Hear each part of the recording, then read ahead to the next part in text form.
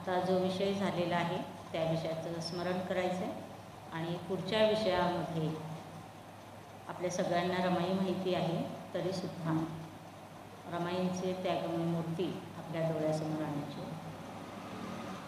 पुढचं प्रवचन ऐकण्यासाठी मानसिक तयारी आपण करणार आहोत. पुन्हा एकदा सर्वांना मैत्रीपूर्ण जयते. पुढचा आपला दुसरा विषय सुरू होणार आहे. माता रमाई यांचं त्यागमय जीवन.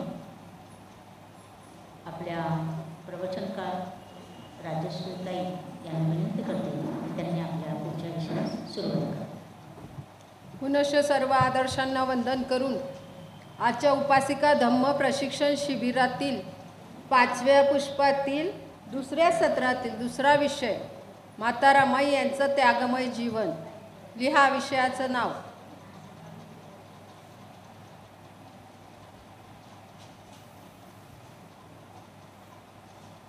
एका दिवशी 2 विषयांना एकच शिक्षक असतात, त्यामुळे पुन्हा माझं नाव लिहायची काही गरज नाही आहे. फक्त विषयाचं नाव लिहा आणि थोडंसं लिहून घ्या. सगळ्यांनी रमाई वाचली, सगळ्यांना माहिती आहे रमाई.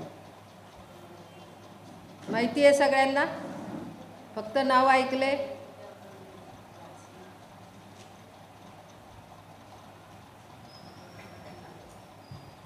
लिहून घ्या. 7 फेब्रुवारी 1898.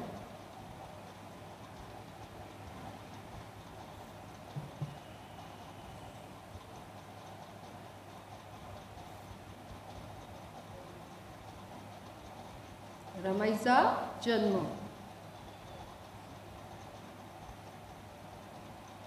रमाईचा जन्म. आता गाव, रमाईचं गाव कोणतं होतं? रत्नागिरी जिल्हा. रत्नागिरी जिल्हा.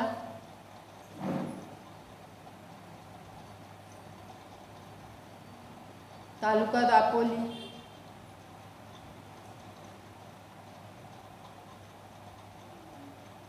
गावाचं नाव वणंद, न बाणाचा, त्याच्यावर अनुस्वार द्या. वणंद गावाचं नाव.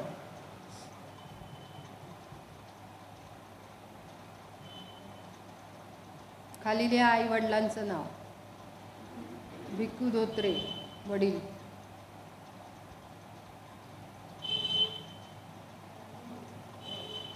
वडिलांचं नाव भिक्खू धोत्रे. आईचं नाव रुक्मिणी धोत्रे.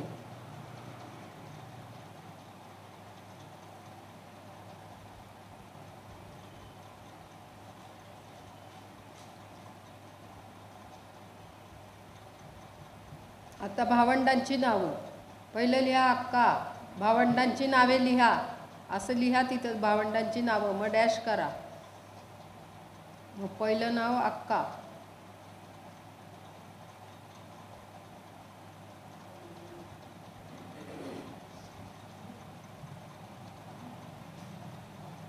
पहिली अक्का. नंतर रामी म्हणजे आपली रमाई. नंतर रामी. रामी नंतर गौरा. नंतर शंकर.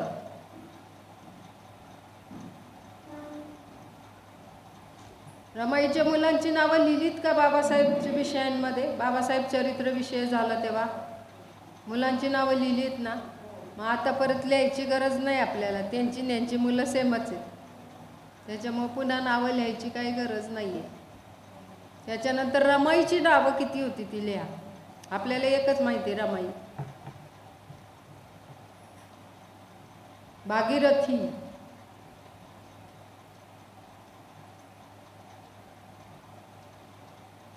रामी.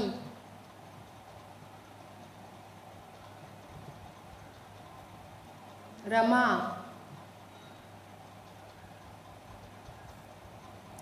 रामू.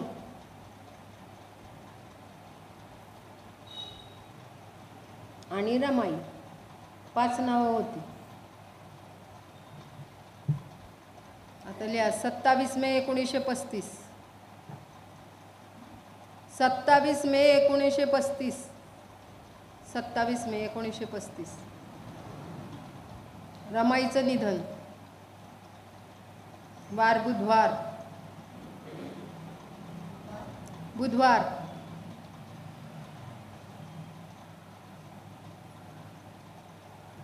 आणि वरळीला स्मारक आहे. चैत्यभूमीला सगळे गेलेत, वरळीला गेलेत, सगळे वरळीला जाऊन आलेत. छान छान. त्यांचं स्मारक वरळीला आहे, तिथं त्यांचा अंतिम विधी झालेला आहे. बाबासाहेबांचा चैत्यभूमीला आणि त्यांचा वरळीला झालेला आहे. मुलांची नावं तुम्हाला माहिती आहेत, बाकी सगळं माहिती आहे. तर आता काही जास्त लिहून द्यायची गरज नाही. आता वह्या पेन ठेवून द्या. वह्या पेन काय लिहायचंय? कोणाचं राहिले? भावाचं नाव शंकर. शंकर. पहिली अक्का, मग रामी, शंकर, असे 4 होते. लिहिले? कोणाचं राहिलंय अजून लिहायचं का झालंय सगळ्यांचं लिहून? रमाईचं एक छोटंसं गीत चालेल तुम्हाला, पण मी गायिका नाही आहे, मला सर्वांनी साथ द्यायची. मी काय गायिका नाही आहे, पण मला रमाईचं एक छोटंसं 2-3 कडव्यांचं गीत आहे, तुम्ही सर्वांनी साथ द्या. त्यात पूर्ण रमाईचं जीवनचरित्र आहे त्या गीतामध्ये. तेवढी मला तुम्ही फक्त साथ द्या. चालेल ना? पण गीत चालतं का दादा? कारण तिथं रेकॉर्डिंग करतात ना म्हणून. चला. अशी रमाई नांदली भीमा घरी ग, अशी रमाई नांदली भीमा घरी ग, अशी रमाई नांदली भीमा घरी, अशी रमाई नांदली भीमा घरी ग. गुणवर्णाव तशीच गुणी, गुणवर्णाव तशीच गुणी, गुणापरी तिला मिळाला धनी, गुणापरी तिला धनी, माया करायची अथांग धन्यावरी ग, माया करायची अथांग धन्यावरी ग. अशी रमाई नांदली भीमा घरी ग, अशी रमाई नांदली भीमा घरी ग. कधी रागाने गरजत नसे, कधी रागाने गरजत नसे, लीनपणाने वागत असे, लीनपणाने वागत असे. सुनसुबेदाराची होती ग सोन्या परी ग, सुनसुबेदाराची होती ग सोन्या परी ग. अशी रमाई नांदली भीमा घरी ग, अशी रमाई नांदली भीमा घरी ग. साज शृंगाराचा नव्हता शोक, साज शृंगाराचा नव्हता शोक, पाहात होती धन्याचं सुख, पाहात होती धन्याचं सुख. तशीच व्हावी तुमच्यात कोणी तरी ग, तशीच व्हावी तुमच्यात कोणी तरी ग. अशी रमाई नांदली भीमा घरी ग, अशी रमाई नांदली भीमा घरी ग. भीमराया झाला दीनांचा त्राता, भीमराया झाला दीनांचा त्राता, तशीच रमाई शोभते माता, तशीच रमाई शोभते माता. मारुती गौरव करीतो तालावरी ग, मारुती गौरव करीतो तालावरी ग. अशी रमाई नांदली भीमा घरी ग, अशी रमाई नांदली भीमा घरी ग, अशी रमाई नांदली भीमा घरी. बघा, चल रमाईचं प्रवचन संपलं. एकाच ह्या 2-3 कडव्याच्या गीतामध्ये ही रमाई संपलेली आहे. इतकं सुंदर गीत आहे. आपले केंद्रातले वरिष्ठ केंद्रीय शिक्षक आहेत, राष्ट्रीय सचिव आहेत, आदरणीय मारुती सरोदे गुरुजी यांनी हे गीत लिहिलेलं आहे. ते आमचे पण गुरु आहेत, आम्हाला पण त्यांनी शिकवलेलं आहे. तर आपण रमाई बघत असताना, रमाई सगळ्यांना माहिती आहे बाबासाहेबांची पत्नी म्हणून, है ना. बाकी रमाई आहे, बाबासाहेबांची पत्नी आहे, 4 लेकरं घालवली, मग समाजाला बाबासाहेबांना सोडून दिलं समाजसेवा करण्यासाठी. एवढा आपण रमाईचा इतिहास सर्वजण जाणतो. पण रमाई कशी होती, रामी कशी होती, 5 नावं सांगितली, ती नावं कशी कशी पडली हे आपल्याला जाणून घेतलं पाहिजे. छोटंसं गाव वणन, रत्नागिरी जिल्हा, दापोली तालुका. वणनला गेले सगळे जाऊन आले. एका सुनेनी सासूचं स्मारक बांधलेले, त्यांचीच जागा विकत घेऊन स्वतः. बघा, आता बांधतील का सासू सासऱ्यांचं स्मारक? वृद्धाश्रमात टाकतील, तो खर्च वाचवायला त्यांचा. पण अशी घटना इथं घडलेली आहे, हा इतिहास आहे. तर ज्या वेळेस वणनमध्ये हे छोटंसं कुटुंब राहत होतं, अतिशय गरीब परिस्थिती, अतिशय आईवडील काबाड कष्ट करायचे. भिकू धोत्रे हे दाभोळच्या बंदरावर मच्छीच्या पाट्या व्हायचं काम करायचे, म्हणजे हमालीचं काम करायचे. ओल्या माशांच्या पाट्या किती जड असतात, पण धड रोज नीट खायला नाही, म्हणजे प्रकृती कशी असणार, तरी ते कष्टाचं काम ते करायचे. घरी बायको, एक छोटी मुलगी म्हणजे अक्का. पहिली मुलगी कोण? बहीण अक्का, ती होती. पण एवढी कठीण परिस्थिती असताना छोटीशी झोपडी का असाना आपली, पण इतकी सुंदर होती ती, स्वच्छ सारवलेलं, दारात झाडं बिळं, आणि पंढरपूरची वारी करणारं ते कुटुंब होतं. त्यावेळेस आपण धम्म स्वीकारलेला नव्हता, तेव्हा ते विठ्ठलाची भक्ती करायचे आणि त्यावेळेस ते तिथं राहत होते. कसंही आपलं पिठात मीठ टाकावं, संसाराला हातभार लावावा, दोघांनी काहीतरी काम करावं. पण तेव्हा शिक्षण नव्हतं कोणाला. मग रुक्मिणी काय करायची, शेण गौऱ्या वेचायला जायची, लाकडं वेचायची, आणि ते विकून काय थोडेसे पैसे येतील त्या संसाराला हातभार लावायची. असं करता करता दुसऱ्यांदा तिला बाळ होणार होतं. तर त्यांना वाटलं आता आपल्याला दुसरा मुलगा होणार, मुलगा पाहिजे नाही का, वंशाला दिवा. त्यावेळेस फार होतं, आता तसं कोणी एवढं मानत नाही. तर तेव्हा झाली मुलगीच. झाले, दोघं जण नाराज झाले. त्यांनी नाव ठरवलं होतं, मुलगा झाला तर राम नाव ठेवायचं, पण झाली कोण? मुलगी. मग त्यावेळेस देवाची नावं ठेवायची पद्धत होती, सगळ्यांची नावं देवाची असायची. तर मग आता ही मुलगा झालाय तर काय ठेवायचं, ते तर रामी झालं. रामाच्या ऐवजी मुलगी आहे म्हणून तिचं नाव ठेवलं रामी. पण तेव्हा काय होतं, प्रत्येक बाळ जन्मलं का ब्राह्मणाकडे जायचं, पत्रिका काढायची. आता नाही, 22 प्रतिज्ञा आपण वाचल्या, ब्राह्मणाकडनं आपण काहीच करून घ्यायचं नाही. तर त्यावेळेस त्यांनी पत्रिका पाहिली, पत्रिकेत नाव आलं भागीरथी. नावाप्रमाणे ती होती का भागीरथी? नाही, ती एकदम कष्ट, जन्मापासून कष्ट आणि 18 विश्व दारिद्र्य, ह्याच्याशिवाय काहीच नाही. पूर्वी 5वी पुजायची बघा लोक, पूर्वी आम्ही नाही पुजली, पण पूर्वी लोक 5वी पुजायची. त्यावेळेस त्या 5वीला जसे तिच्या कष्टच पुजले होते, नुसते कष्ट, बालपणापासून कष्ट. त्यावेळेस लहान वयात मुलींची लग्न व्हायची. ही झाल्यानंतर त्या मोठ्या बहिणीचं लग्न झालं, 2-3 वर्षाची असेल, लग्न करून दिलं. मग आता ही 3 जण पुन्हा राहिली. दिसामासेर आम्ही वाढू लागली छोटी, पुन्हा एकदा 3रं मूल. तेव्हा पण ते आशेवर राहिले की आता आपल्याला मुलगाच होणार आहे. 2 मुली झाल्या, आता मुलगा होईल. तेव्हा पण त्यांना मुलगी झाली, तिचं नाव ठेवलं गौरा. मग त्यावेळेस थोडीशी रामी मोठी होती. मग आईच्या बरोबर त्या वयापासून शेण गौऱ्या लाकडं वेचायला जायचं. म्हणजे किती बालपणापासून कष्ट, त्याची नीट वाढ आहे का काय आहे, शरीराची वाढ नाही, खायला पोटभर नाही, काहीच नाही.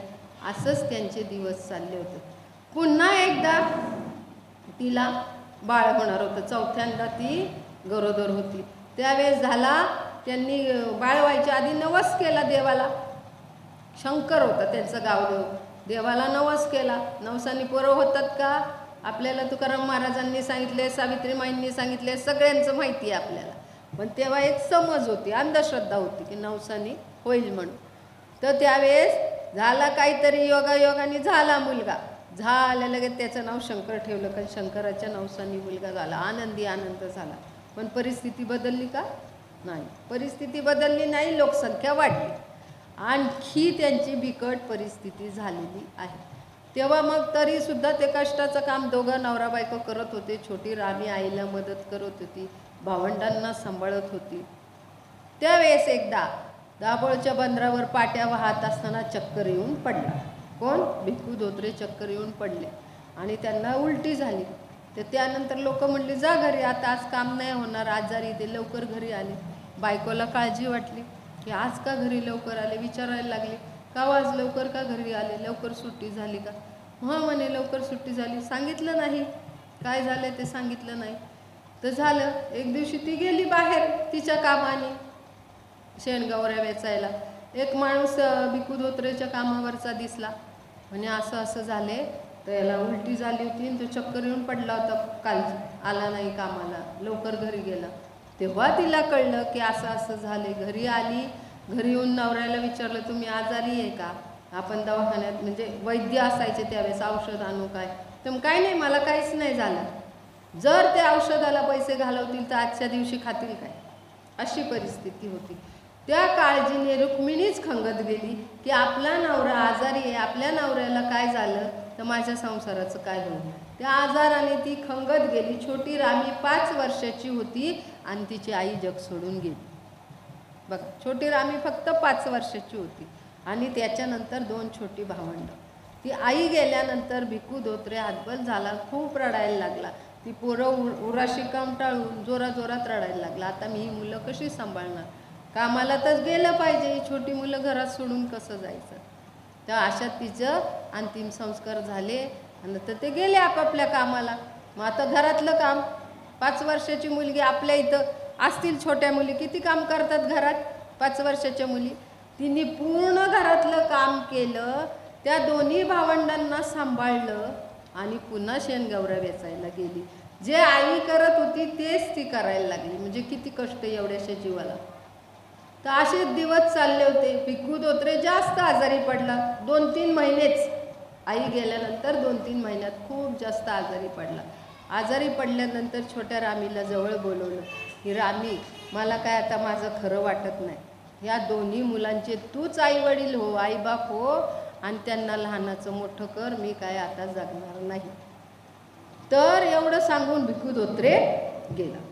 गेल्यानंतर यांची रडारड झाली मुलांची. तेव्हा शेजाऱ्यांना कळलं की घरात काहीतरी झालं. ते आले आणि बघितलं की भिक्खू धोत्रे गेलेत. आता ह्यांचं कोण करणार, आता कुणीच नाही आहे इथं. मग भिक्खू धोत्रेंचा भाऊ आणि रुक्मिणीचा भाऊ दोघंही मुंबईला होते. पुरकर मामा हे पोलीसमध्ये होते, रुक्मिणीचा भाऊ. ते दोघंजण आले. त्यानंतर याचं क्रियाकर्म केलं. परत मुलांचा विषय राहिला, ह्या मुलांचं काय करायचं, ह्या मुलांना कुठं न्यायचं आता. मग त्या मामा चुलत्यांनी विचार केला की ह्यांना आपल्याकडे मुंबईला घेऊन जाऊ आणि मुंबईला घेऊन गेले. मुंबईला नेल्यानंतर किती चुलते मामीने किती जीव लावला तरी फरक पडतो ना. आई ती आईच असते, बरोबर आहे. वासरासाठी हंबरणारी गाय असते, लंगड्याचा पाय असते. आईची सर दाईला कधीच येत नाही. आई दुधावरची साय असते, मुलांवर एवढी माया करणारे. तर त्यांना किती जरी दुसऱ्या स्त्रियांनी माम्यांनी किती नातेवाईकांनी जीव लावला तरी आईची आठवण येते. छोटी रामी दोन्ही भावंडांना घेऊन रडत बसायची. किती जरी चांगलं असलं तरी आईची आठवण विसरायची नाही. तर असंच ह्याच्यात वाढू लागली. झाली 8-9 वर्षाची झाली. एकदा मामासोबत बाजारात गेली, बायकाळ्याच्या बाजारात. तिथं आपले रामजी बाबा भेटले. कोण आहेत रामजी बाबा? बाबासाहेबांचे वडील. बाप माणूस झाला ना, फादर्स डे झाला, सगळ्यांनी केला फादर्स डे. तर जगात एकमेव बाप माणूस होऊन गेला की ज्यांच्यामुळे बाबासाहेब घडले. एक बाबासाहेबांच्या जीवनातली गोष्ट आठवली मला. रमाईचा विषय आहे पण थोडक्यात सांगते. रामजी बाबा बाबासाहेबांच्या अभ्यासासाठी रात्रभर जागायचे हे आपल्याला माहिती आहे. बाबासाहेब अभ्यासात जेवण खाण विसरायचे.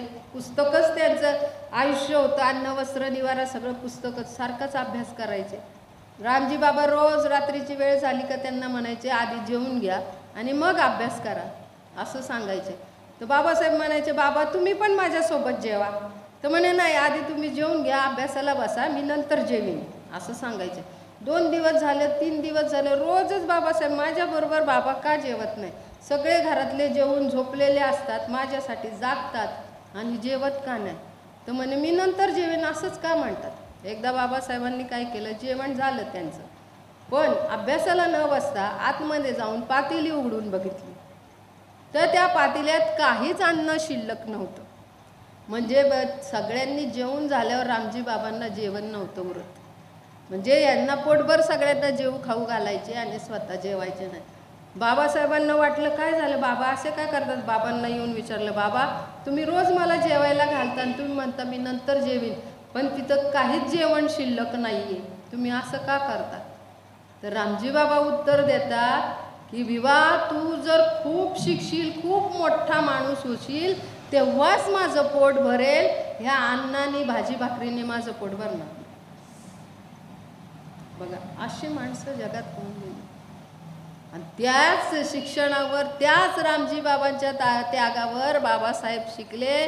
मेरे भीम जी ने किया ऐसा कमाल, सारे समाज को कर दिया माला माल. किया ना. कोण गरीब आहे आता, आहे का कोणी. सगळेजण 2 वेळ पोटभर जेवून सुखी आहे. तर असे रामजी बाबा बाजारात भेटले. रामजी बाबांनी बघितलं, कुरकर मामांना विचारलं, कोण आहे छोटी मुलगी, छान आहे. तर म्हणे माझी बहीण होती वणंदला, बहीण मेवणे दोन्ही वारलेले आहेत, भाची आहे आणि तिची 2 भावंडं मी इकडं सांभाळायला आणली. तर म्हणे ठीक आहे, ही माझ्या मुलाला देता का, म्हणजे असं एक प्रकारे मागणी घातली. तर म्हणे ठीक आहे चालेल. त्यांनाही वाटलं घर चांगलं आहे, श्रीमंत लोक आहेत आपल्यापेक्षा असं वाटलं त्यांना. पण ते श्रीमंत होते का रामजी बाबा. 50 रुपये पेन्शन मिळायची त्यांना, एवढं मोठं घर चालवायचे. आणि आनंदरावांचं शिक्षण थांबवलं, एकट्याचंच होऊ शकतं तेवढ्या पैशात, सगळ्यांचं नाही होऊ शकत म्हणून. तीच कथा आत्ताच्या पण ह्याच्यात झाली. आपले बाळासाहेब बॅरिस्टर व्हावेत म्हणून भीमराव साहेबांनी रिक्षा चालवली मुंबईत, त्यांनी शिक्षण अपूर्ण ठेवलं. बघा म्हणजे त्यांच्या घराण्यात ही परंपराच आहे का परिस्थिती तेवढी सगळ्यांनी शिकण्याची. तर ही घटना पुन्हा एकदा घडलेली आहे. तर रामजी बाबांनी दूरचा विचार केला, ही मुलगी अशी दिसते की माझ्या भिवाच्या शिक्षणात काहीही अडचण येणार नाही, ही भिवासाठी सर्वार्थाने योग्य मुलगी आहे. खूप आनंद वाटला, नुसता चेहरा वाचला, एवढी छान मुलगी.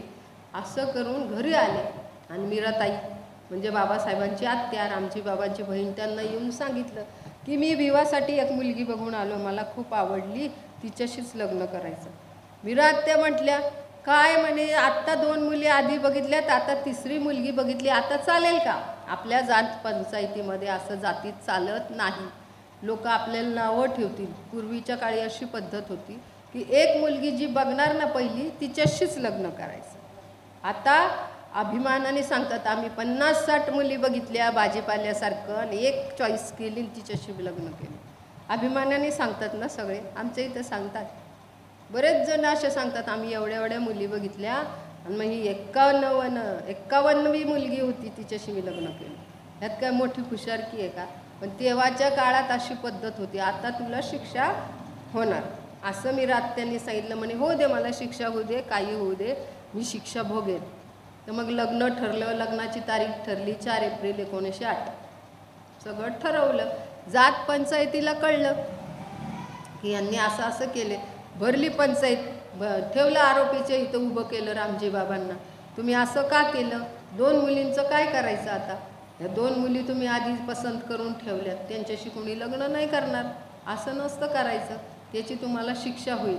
तर म्हणे ठीक आहे, मी शिक्षा भोगायला तयार आहे. काय शिक्षा करणार, तर ह्या 2 मुलींचं लग्न जुळवून द्यायचं. तुमच्यामुळं त्यांच्यावर असं पसंत केलं लग्न नाही केलं असं डाग, तेव्हा डाग म्हणायचे, डाग लागला, तर तुम्ही त्यांचं लग्न जुळवून द्यायचं आणि प्रत्येक मुलीचा 5-5 रुपये दंड भरायचा. बघा त्या काळातले 5 रुपये दंड त्यांना शिक्षा झाली. दोन्ही मुलांचे 10 रुपये, दोन्ही मुलींचे दंड भरला बाबासाहेबांनी आणि त्या दोन्ही मुलींना लग्न जुळवून देण्याची हमी घेतली.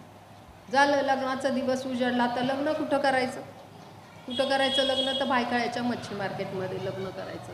ते पण कधी, जेव्हा ते मच्छीवाल्या उठून जातील रात्री 10-10:30ला. एकही ब्राह्मण लग्न लावायला यायला तयार नाही, एवढी बेकार परिस्थिती. एवढ्या रात्रीचं कोण जाणार. ब्राह्मण म्हटले त्या मच्छी मार्केटमध्ये आम्ही नाही येणार, सगळीकडं वास घाण. तर कसं तरी ते मधली गटारं पाणीची वाहणारी, त्याच्यावर फळ्या टाकल्या, एकीकडं नवरीची लोकं उभी राहिली, एकीकडं नवऱ्याची लोक उभी राहिली आणि आपल्यातल्याच एकाने ते लग्न लावलं. आता नवरी नांदायला जाताना कोण रडतं? नवरी, मुलगी रडते. पण ही तर वेगळीच कथा. ही जोडी वेगळीच, जगात एकमेव अशी जोडी आहे. ते लग्नात दोघं जण रडत होते. बाबासाहेब तेव्हा मॅट्रिक झालेले होते. 1907 बाबासाहेब मॅट्रिक झालेले होते. किती आनंदाची गोष्ट. साऱ्या महारामध्ये मॅट्रिक नव्हतं कुणी, यश घेऊन आली माझ्या भीमाची लेखणी. झिजून जीवाचं रान माझ्या भीमानं केलं, या देशाला दान माझ्या भीमानं केलं. काय दिलं दान? संविधान दान दिलं. त्याच्यावर देश चाललेला आहे. तर एवढा शिकलेला नवरा मिळाला म्हणजे रमाईला आनंद, रामीला आनंद झाला. खूप छान घर मिळालं. पण जर माझी आई आता असती तर मला संसाराच्या 4 गोष्टी सांगितल्या असत्या. कसं घरात वागायचं, कसं बोलायचं, नवऱ्याशी कसं वागायचं, बाकीच्या सासू सासऱ्यांची काळजी कशी घ्यायची. त्यामुळं त्यांना रडू आलं. बाबासाहेबांना रडू आलं. जर माझी आई असती तर माझ्या आईने पण मला सांगितलं असतं की असं असं वागा बाबा, एवढा शिकला माझा ना मुलगा, आपल्या समाजात कुणी एवढं शिकलं नाही, असं तिलाही अभिमान वाटला असता. बघा, भगवंतांची आई 7व्या दिवशी गेली, 5व्या दिवशी नामकरण झालं, आई गेली. महात्मा फुलेंची आई गेली लहानपणी. नंतर चिमणाईने छान सांभाळ केला. दुसरी आई आली. बाबासाहेबांना होती जिजाऊ दुसरी आई, पण तरी पण आईची आठवण येतेच माणसाला. बाबासाहेबांची आई पण लहानपणी गेली. कुठं पोचले? 28 एप्रिल 28 नोव्हेंबर 1990 महात्मा फुले गेले, ज्यांना बाबासाहेब गुरु मानतात. बाबासाहेबांनी त्यांना पाहिलेलं नाही आहे. लगेच 14 एप्रिल 1891 कोणाचा जन्म झाला? बाबासाहेबांचा. जसं अधुरं राहिलेलं कार्य पूर्ण करण्यासाठी हे आले. 10 मार्च 1897 सावित्रीबाईंचं निधन झाले आणि 7 फेब्रुवारी 1898 माता रमाईचा जन्म झाला आहे. बघा, आणि तिचा त्याग आणि माता यशोधरेचा त्यागामध्ये काहीच फरक नाही.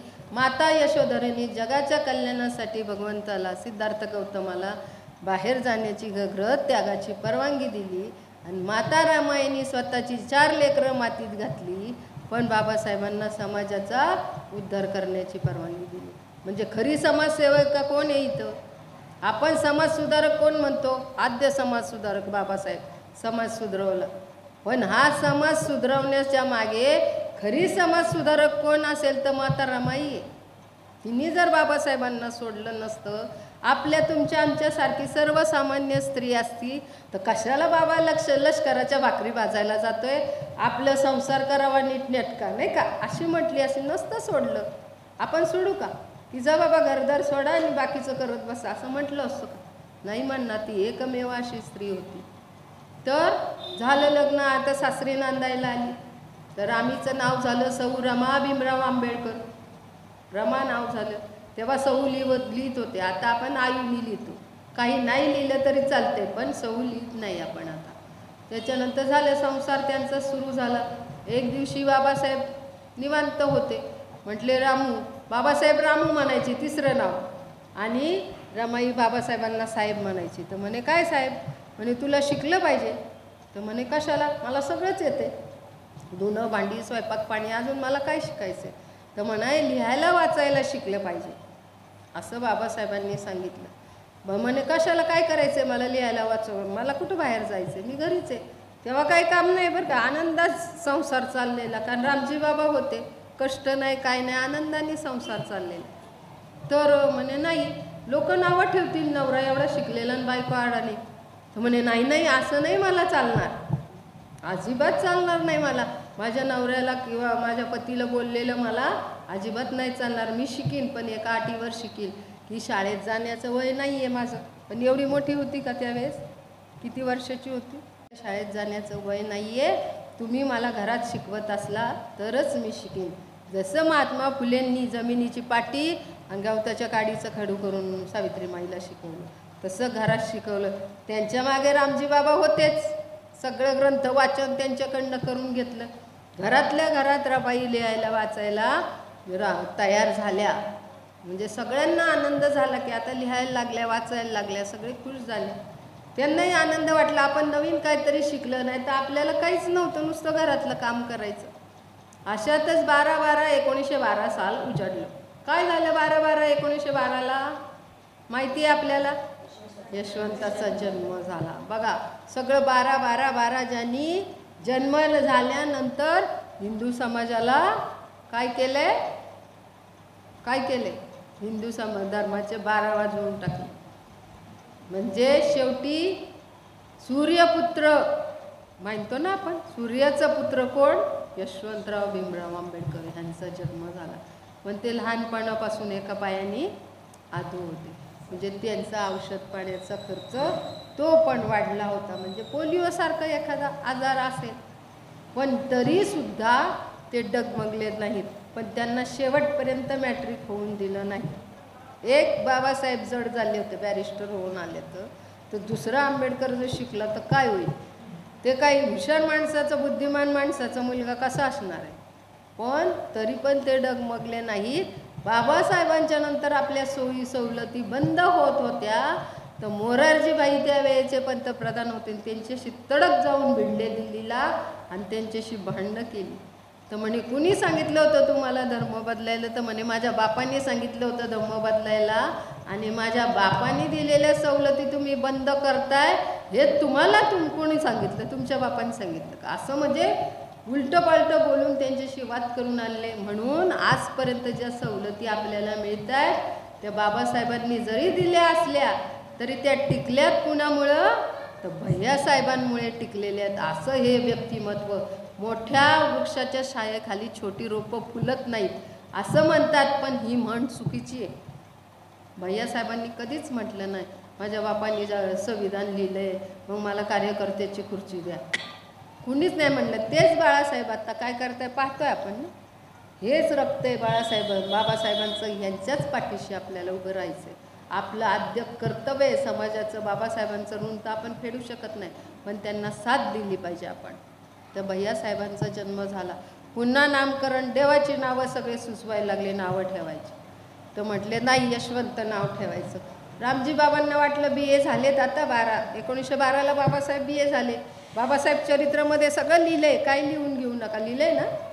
तर BA झाल्यानंतर त्याच्यामुळे यश मिळालं म्हणून यशवंत.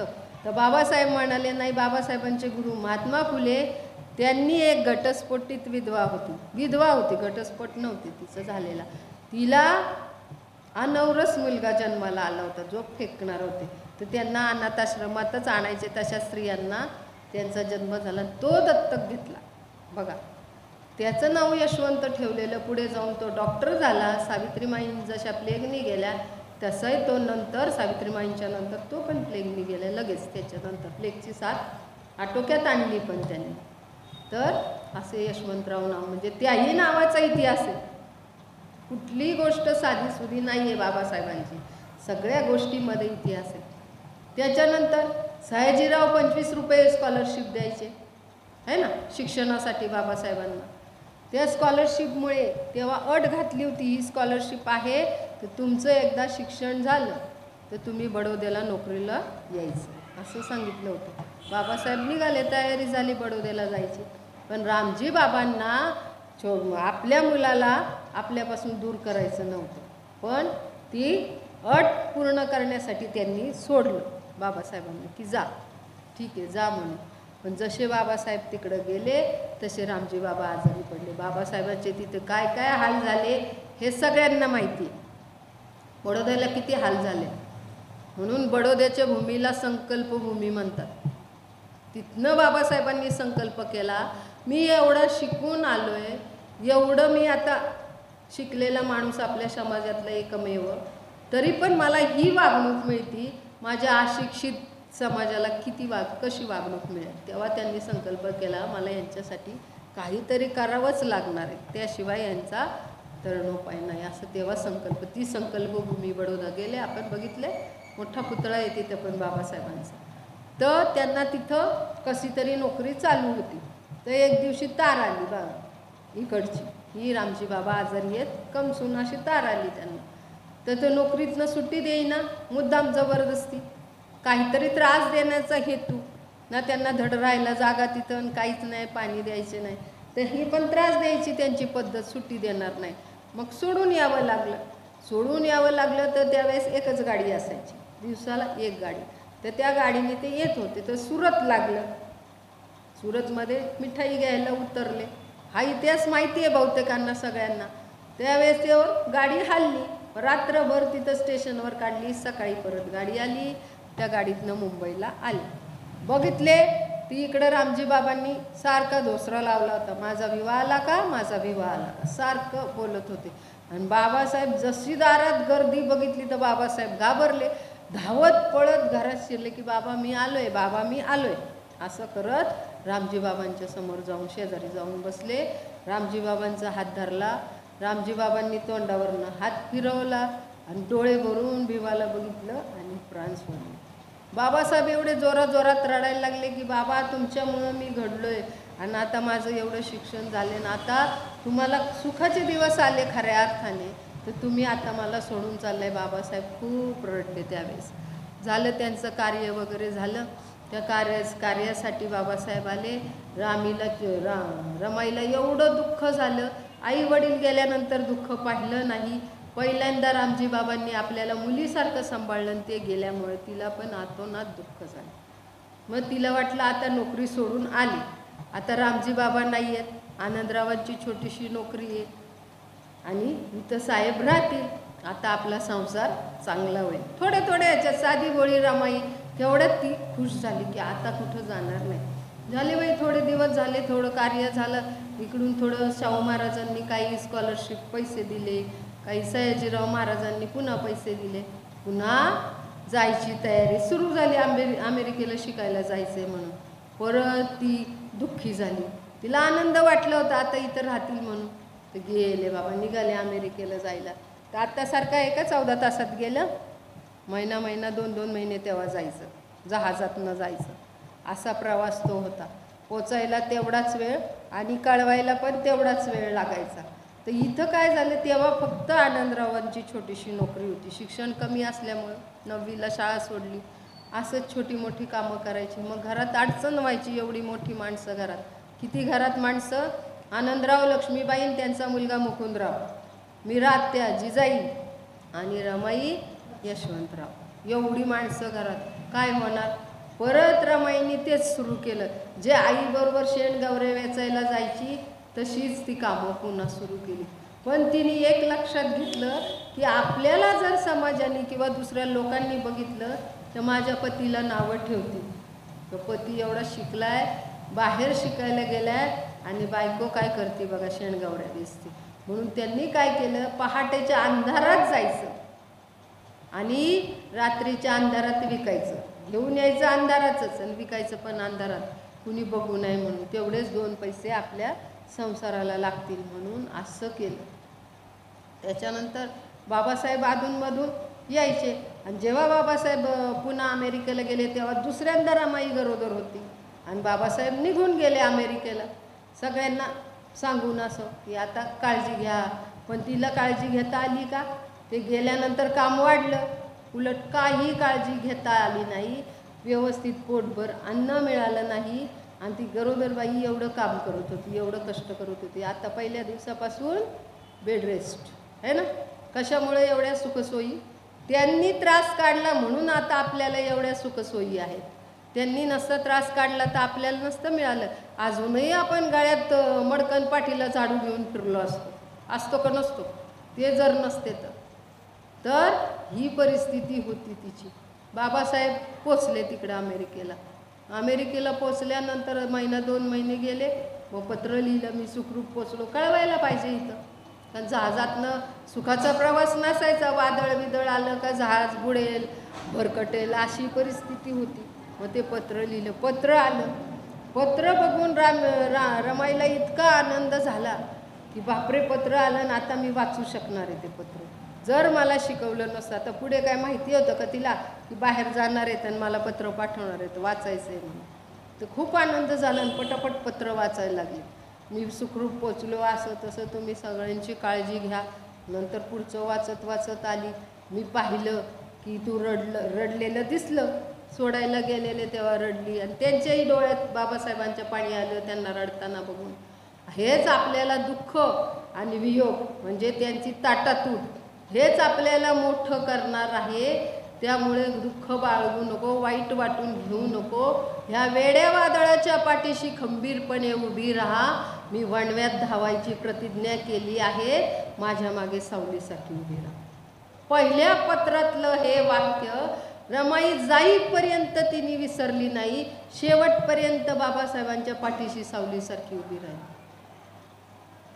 म्हणजे एवढं बिकट असताना, आपली परिस्थिती बिकट, आपला नवरा जवळ नाही, आपल्याला खायला नाही, आपल्याला काही नाही, कधीही एकाही पत्रात उल्लेख केला नाही की साहेबांच्या अभ्यासात अडथळा नको, शिक्षण सोडून येतील परत इकडं दिली. एवढी त्यांच्या शिक्षणाची काळजी घेतली तिने. त्याच्यातच दुसऱ्या मुलाचा जन्म झाला, त्याचं नाव रमेश ठेवलं. बाबासाहेबांना पत्र लिहून कळवलं, आनंद झाला, दुसरा मुलगा झालाय, त्याचं नाव रमेश ठेवलं. बाबासाहेबांनी बघितलेलं नाही, बाबासाहेब तिकडंच आहेत. त्यानंतर तो पुन्हा आजारी पडला आणि गेला, थोड्या दिवसात गेला. म्हणजे तिच्या मांडीवर पहिलं लेकरू गेलेलं. ते गेले. आता आपण जन्माचं सांगितलं, हे तर सांगावं ना गेलंय म्हणून. मग पुन्हा तिने पत्र लिहायला घेतलं की बाबासाहेब आपला रमेश गेला. ते पत्र बाबासाहेबांना पोचल्यानंतर बाबासाहेब वाचतात, आम्ही बरे सगळं ते वाचलं, शेवटी लिहिलं आपला रमेश गेला. तर बाबासाहेब एवढे रडायला लागले, काय रे बाळा, बापाला न भेटताच गेला का? म्हणजे स्वतःचं लेकरू बापाने बघितलं पण नाही, तवरच ते गेलं. जे त्या दोन जीवांनी किती दुःख भोगलं असेल आणि आपल्याला सुखाचे दिवस गेलेत, पण आपल्याला जाणीव नाही. जे वरती गेलेत, जास्तीत जास्त पुढे गेलेत, ते बाबाला विसरले. म्हणजे शिकला सवरलेला समाजच बाबासाहेबांना विसरलाय. हे बाबासाहेबांचं स्वतःचं मत आहे, आपलं नाही. आम्ही जे वाचलंय तेच सांगत असतो. तर ते बाबासाहेबांना ऐकून रडू आलं वाचून. त्यानंतर पत्र लिहून कळवलं, सांत्वन करणं, दुसरं काय करू शकतो. आत्ता कसं मे जूनच्या सुट्ट्या असतात, काही न सांगता सगळी रमायची अवस्था पाहिजे. काही कळवलं होतं का? काहीच नाही. जरी लांब राहो जवळ राहो, पण एकमेकांची परिस्थिती, एकमेकांच्या मनात काय चालले त्या दोघांना कळायचं. पण त्यांनी विचार केला, आता आपल्याला पहिली नोकरी शोधली पाहिजे. पहिली नोकरी बाबासाहेबांनी घेतली. कुठली नोकरी? सिंधेयाम कॉलेजमध्ये प्रोफेसरची नोकरी केल्यानंतर आनंद झाला. परत रमाईला वाटलं झालं, आता काय साहेब कुठं जाणार नाही, काय नाही, आता मस्तपैकी नोकरी करणार, आपला संसार चांगला होणार, यशवंतरावांना व्यवस्थित औषध पाणी मिळणार, घरातलं चांगलं होणार, त्यांना शाळेत घालायचं, सगळं साहेब व्यवस्थित, एकदम खुश, आनंद. मग काय जायचं नाही, शेणगावला यायचं, थांबलं. त्याच्यानंतर पहिल्या पगाराला 450 रुपये रमाईच्या हातात आणून दिला. रमाईने एवढे पैसे कधी बघितले? 1-2 रुपये बघायची सवय, एवढे मोठे पैसे. आताचे कोटी रुपये झाले असतील तेवढे पैसे, म्हणजे 450 रुपये एवढे पैसे. म्हणजे मी कधीच नाही बघितले, मला कशाला दिले? तुमच्या जवळ ठेवा. नाही म्हणजे तुझ्या जवळ राहते, घर घर ठेव. म्हणजे एवढे पैसे बघितले नाही तर म्हणजे मोजून बघ. म्हणजे मला मस्तच येणार नाही, एवढे पैसे येते. 450 रुपये तिला एवढे वाटले. आता मला दिले, पण तिने ते स्वतः नाही दिले, पहिले उचलले रामजी बाबांच्या फोटो समोर ठेवले. बाबा ही बघा आपल्या मुलाची पहिली कमाई, करू का आपण असं? तिने असं केलं, त्यांच्या फोटोजवळ ते पैसे लिहून ठेवले. नंतर दुसऱ्या दिवशी ते घेतले आणि खर्च करायला सुरुवात केली. गंगा मंजुळा तुळसा तिन्ही नंदांना साडीचोळी घेतली, त्यांच्या मुलाबाळांना कपडे केले, यशवंतराव मुकुंदरावांना कपडे केले. बाबासाहेबांना गार दिवशी आता इथं आले, त्यांना चांगलं पाहिजे, त्यांनाही कपडे आणले, धोतर आणले, शर्ट आणले, त्यांना कपडे केले. सगळं घरात सामान आणलं. 8-15 दिवस, महिनाभर पुरवला, सगळे पैसे संपले. स्वतःला काय घेतलं? काहीच नाही. कधीच स्वतःला काहीच घेतलं नाही. नेहमी शिवून बार चिंध्या झालेल्या साड्या तिने घातल्या. कधी स्वतःसाठी काही खर्च केला नाही. आता आपले कपाट उघडा, आपण त्या साड्यांच्या कपड्याच्या बिघात वाटते दिसणारच नाही आपण. बघा, त्यांनी हे हाल काढले म्हणून आता आपल्याला सुखाचे दिवस आहे. किती आपण नजून निघून बसतो, कुठं जातो कार्यक्रमाला, कुणी आपल्याला ओळखत पण नाही. आता आपण सगळ्यात मिक्स होऊन जातो की नाही? पुन्हा पहिले आपल्याला पाणी नव्हतं, आंघोळी नव्हती, तेव्हा आपल्या शिवाशिव पाळायचे, आपल्याला शिवायचे पण नाही. आता कसं होतं? त्यांच्यामुळे त्यांनी एवढा त्याग केला आपल्यासाठी. रमाईचा त्याग तर एवढा आहे, सगळ्यात उंच हिमालय पर्वत तो पण तिच्या समोर झुकेल, एवढा मोठा त्याग आहे. तर तिने स्वतःसाठी काही नाही घेतलं. झालं आता बाबासाहेब इथं छान छान जेवण करून, छान स्वयंपाक सगळ्यांना जेवण करून घालून सगळ्यांचे छान चाललं. थोडे दिवस गेले आनंदात, महिना पण नाही झाला, पैसे संपले. आता पुढे काय करायचं? भाजीला लागतात, कशाला लागतात पैसे, पैसे नाही, आता काय करू? साहेबांकडे गेले, ती पण वाटेल की पैसे एवढे दिले तर कसे संपले, परत पैसे मागायला. साहेब मला थोडे पैसे पाहिजे. आणि कशाला? एवढे पैसे दिले, संपले का लगेच? असं झालं नाही. म्हणजे असं करून नाही चालणार, मला पैसे साठवायचेत, मला परत जायचंय शिकायला. म्हणजे बापरे, परत चेहरा दुःखी झाला की परत जाणार. तिला वाटलं छान आहे आता.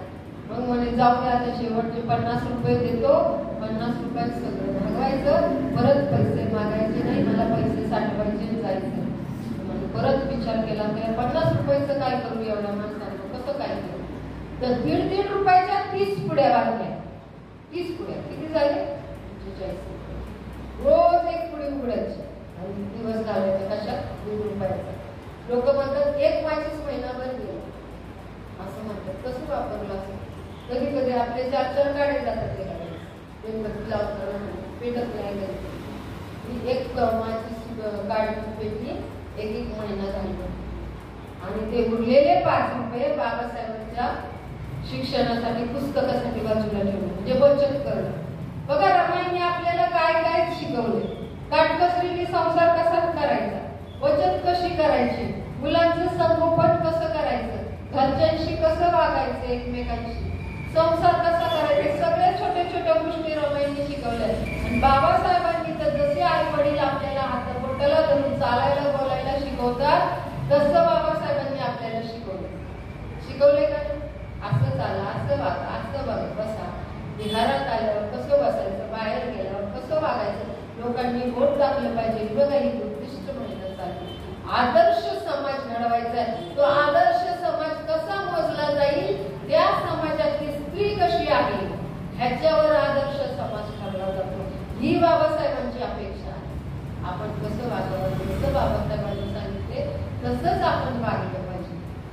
तर त्या 50 रुपयात तिने महिना ते दिवस काढायला लागले.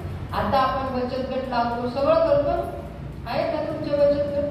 कोणाचा राजकीय पक्षाचा, कोणाचं कॉर्पोरेशनचा, असे बचत गट असतात. आम्ही केले बचत गट तयार, पण बचत गटाचं मूळ कुठून आलंय हेच आपल्याला माहित नाही.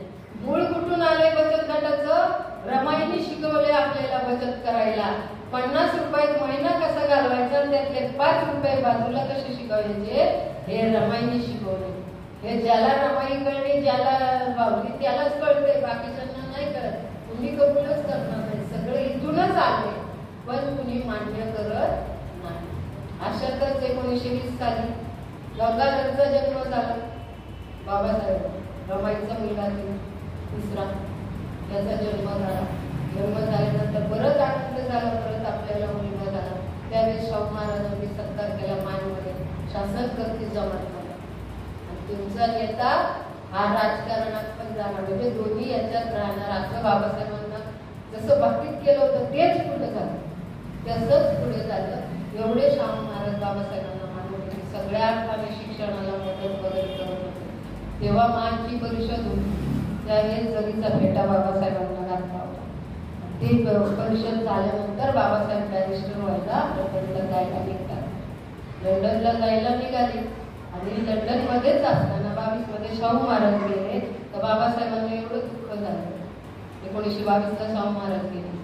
त्यावेळेस म्हणजे एवढं माझ्यासाठी मदत करणारा माणूस आहे, त्यांच्या वेळेस मी इथं नाहीये, एवढं बाबासाहेबांना त्यावेळेस वाईट वाटलं. बाबासाहेब तिकडे गेल्यानंतर इथं गंगाधर खूप आजारी पडला. ते पण तीच अवस्था, किती दवाखाने करा, डॉक्टर करा, त्याला काही येत नव्हता. आणि डॉक्टर किती वेळा उधारी नाही देणार, सारखे पैसे मागायचे. रमाई एकटीच शेणगौरव दिसून काय करणार. त्यावेळेस त्यांनी भावंडांना पण आणलं होतं, कारण बाबासाहेब नोकरी करतायत, भावंडांना किती दिवस मामा सुद्धांकडे ठेवायचं. आपल्या घरी आणून साहेबांनी पण परवानगी दिली, तिथं आणलं. म्हणजे आणखी खाण्याची तोंड वाढली. मग काय करणार? शंकर छोटी मोठी कामं करायचं. सेल्समन सारखं दारावर जाऊन माचीस, सुट्टोच्या पिना वगैरे काही छोट्या छोट्या वस्तू, लिंबा पिना, आपल्या सेफ्टी पिना, अशा वस्तू विकायचे. याच्यात काय थोडाफार पैसा मिळेल तो घरी आणून द्यायचे. तेव्हा पैसा किती? 1 किंवा 2 रुपये, हे जास्त पैसे झाले जे आणायचे. आणि शेण गौऱ्या वेचायला लक्ष्मीबाई आणि गौराला घेऊन रमाई जायची. तिघींचे मिळून जास्त पैसे येतील म्हणून. तरी पण त्यांचं भागायचं नाही. कधी ते उपाशी पोटी झोपायचे, कधी पाणी पिऊन झोपायचे. नारळवाल्याकडे भांडण येऊन ठेवायचं की बाबा तू नारळ फोडला ना, ते पाणी खाली जाते, ते तू या पातेल्यात पाड, त्याच्यावर नारळ फोड, म्हणजे ते पाणी आम्ही रात्री पिऊन झोपू. बघा किती बिकट परिस्थिती. खायला अन्न नाहीये, 1-2 रुपयात एवढ्या लोकांचं पोट कसं भरणार? कधी जर खायला असलं तर त्याच्या 3 किंवा 4 भाकरी होणार. त्या 4 भाकरीमध्ये पूर्वीची पुरुष प्रधान संस्कृती. पहिले 3 भाकरी शंकरला एक, यशवंतरावांना एक आणि मुकुंदरावांना एक. 3 भाकरी दिल्या, 1 भाकरी उरली, त्यात ह्या 3 महिला खाणार. किती खाणार? एक चरकोर तरी येईल का त्यांना एका भाकरीची? तेवढं ते खाणार. कधी पाण्याच्या घोटाबरोबर, कधी मिरची बरोबर, कधी मिठाबरोबर ते खायचं. तीही नसलं तर नुसतं पाणी पिऊन झोपायचं. आता बघा आपल्या समोर पंचपक्वान्नाचं ताट आहे. रोज करतात स्वयंपाक, रोज आमटी, भात, वरण, कोशिंबीर, चटणी, काय काय लागते, चपाती लागते, कोणाला भाकरी लागते, सगळं ताटभर आपण वाढून घेतो. खायचं तेवढं खातो, बाकीचं टाकून घेतो. लग्नाला जा, खच पडलेला असतो कर्कटे जेवण, पेला तर विचारूच नका. ताटं बरोबर घेतात, कुणाला लाईन लावायची नाही म्हणून, आणि पाहिजे तेवढं खातात, बाकीचं टाकले जातात. आणि ज्यांनी आपल्यासाठी उपास तापास काढले त्यांच्यामुळे आपण आता खातो तो घास आणि घेतो तो श्वास, त्यांना आपण विसरलोय. त्यांनी जर उपास काढले नसते तर आपल्या समोर एवढं भरलेलं ताट आलं असतं का? नसतं आलं. याची जाणीव ठेवा. संध्याकाळी केलेलं अन्न सकाळी उरलं आपण जेवण टाकून देतो. शिळा भात आम्ही खात नाही, शिळी चपाती आम्ही खात नाही, शिळी भाकरी खात नाही, कारण आमच्याकडं खूप आहे आता, आम्ही ताजच खाऊ. पण लगेच ते शिळं होतंय का? खाऊ शकतो किंवा कोणाला देऊ शकतो. हॉटेलात जातो, एवढे पैसे खर्च करतो, एवढं जेवतो, त्याही ताटात तसंच फेकून जातो. ते पण फुकटात जातं. ते उचलून पॅक करून पार्सल आणावं. रस्त्यावर कोण असतं त्यांना अन्न मिळत नाही, त्यांना द्यावं. म्हणजे आपल्याला ज्याला करायला काही कष्ट पडले नाही, आपण काही त्रास भोगला नाही, त्याची आपल्याला जाणीवच नाही. आपल्याला सगळं आयतं दिलंय तर आपण त्याच्या अन्नाचा मास करतोय. त्यावेळेस गंगाधर गेला, त्यावेळेस त्यांच्याकडे पैसे नव्हते. एकदाच रमाईने बाबासाहेबांना कळवलं की बाबासाहेब मी काही औषध पाणी करू शकत नाही, घरातले भांडे सुद्धा मोडावे लागतात.